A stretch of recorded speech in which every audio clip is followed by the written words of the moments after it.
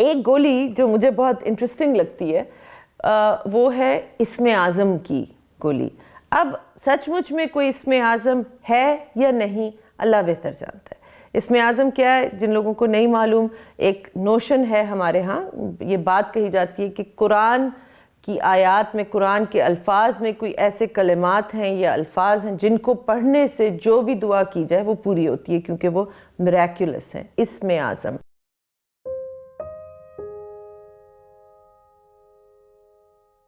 السلام علیکم. بڑا انٹرسٹنگ ٹاپک ہے واٹ از اسم اعظم. تو دا سیکرٹ ٹو اسم اعظم. میں اس سے پہلے کہ اسم اعظم کے اوپر جاؤں، let's talk about a couple of things. مجھ سے کئی دفعہ لوگ کہتے ہیں کہ آپ کی باتوں میں صوفیزم کی بہت جھلک نظر آتی ہے. تو کیا آپ صوفی ہیں؟ تو یس، آئی لو صوفیزم. میں نے بہت فالو بھی کیا ہے. میں اپنے آپ کو پریکٹسنگ صوفی نہیں کہہ سکتی ہوں. Maybe I am, maybe I am not, کیونکہ میں اپنے آپ کو کسی بھی لیبل میں نہیں لگاتی ہوں. مجھے صوفیزم کی فلسفی بہت پسند ہے. دے ور ڈیپ تھنکرز. اور جیسا کہ میں نے اپنی ایک دو ویڈیوز میں پہلے کہا ہے کہ توحید، تقویٰ، ان کے کانسیپٹس کی جو کلیئرٹی ہے وہ جو بڑے بڑے صوفی بزرگ گزرے ہیں ان سے بہت خوبصورتی سے ملتی ہے. اور دوسری چیز یہ کہ جو بڑے بڑے صوفی بزرگوں کا جو عشق تھا اللہ تعالیٰ سے، وہ مٹھاس، اللہ کے رشتے کے ساتھ جو مٹھاس ہے وہ بھی انہی کی اس میں نظر آتی ہے. So I love Sufism for many different reasons. Here are a couple of reasons why I don't like Sufism. بلکہ it shouldn't be called Sufism, کیونکہ آج کل کے لوگوں نے اس کو صوفیزم کا نام دے دیا. وہ ہے نہیں ایکچولی صوفیزم، کیونکہ صوفیزم ایک بہت تگ و دو کا رستہ تھا، جس کو ہندی میں تپسیا کہیں گے. تپسیا کا رستہ تھا، سیلف ڈیولپمنٹ کا رستہ تھا، باطن کی صفائی کا رستہ تھا. اور اس کو آج کل کیا بنا دیا، جو کہ ہر جگہ مینٹیلٹی پھیلی ہوئی ہے، گولی دے دیں مجھے. کوئی پرابلم ہے، کوئی مسئلہ ہے، اس کے لیے ایک گولی دے دیں جس کو کھا کے تو میں یہ فکس کر لوں. کچھ لوگ تعویذوں میں پڑ جاتے ہیں، کچھ لوگ کسی بابا جی کے تعویذ کو لے آئے، کسی بابا جی سے جا کے ہم دعا کرا لیں اور ہمارا قلب صاف ہو جائے. قلب کی صفائی کا کام خود کرنا پڑتا ہے بھائی، اور سالوں سال کرنا پڑتا ہے. تو اسی طریقے سے ایک گولی جو مجھے لگتا ہے، and again these are my opinions, I could be wrong, so please take it with a grain of salt.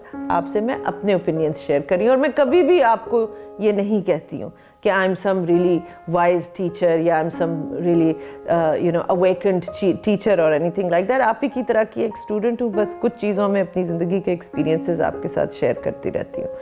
تو ایک گولی جو مجھے بہت انٹرسٹنگ لگتی ہے وہ ہے اسم اعظم کی گولی. اب سچ مچ میں کوئی اسم اعظم ہے یا نہیں اللہ بہتر جانتا ہے. اسم اعظم کیا ہے جن لوگوں کو نہیں معلوم، ایک نوشن ہے ہمارے ہاں، یہ بات کہی جاتی ہے کہ قرآن کی آیات میں، قرآن کے الفاظ میں کوئی ایسے کلمات ہیں یا الفاظ ہیں جن کو پڑھنے سے جو بھی دعا کی جائے وہ پوری ہوتی ہے، کیونکہ وہ میریکولس ہیں. اسم اعظم، کچھ کہتے ہیں وہ اللہ کے نام ہیں، کچھ کہتے ہیں وہ جو حروف مقطعات شاید کہتے ہیں، جس طرح الف لام میم یا حام میم صاد، یا اس طرح کے جو ہے، کیونکہ ان کی کوئی ڈیفینیشن اللہ نے نہیں دی ہوئی ہے. تو ڈفرینٹ میں نے سنی ہوئی ہیں. ایک زمانے میں بھی اس کھوج میں رہتی تھی، کیونکہ بہت کیوریس تھی اور شارٹ کٹس کی ہمیشہ سے شوقین رہی ہوں.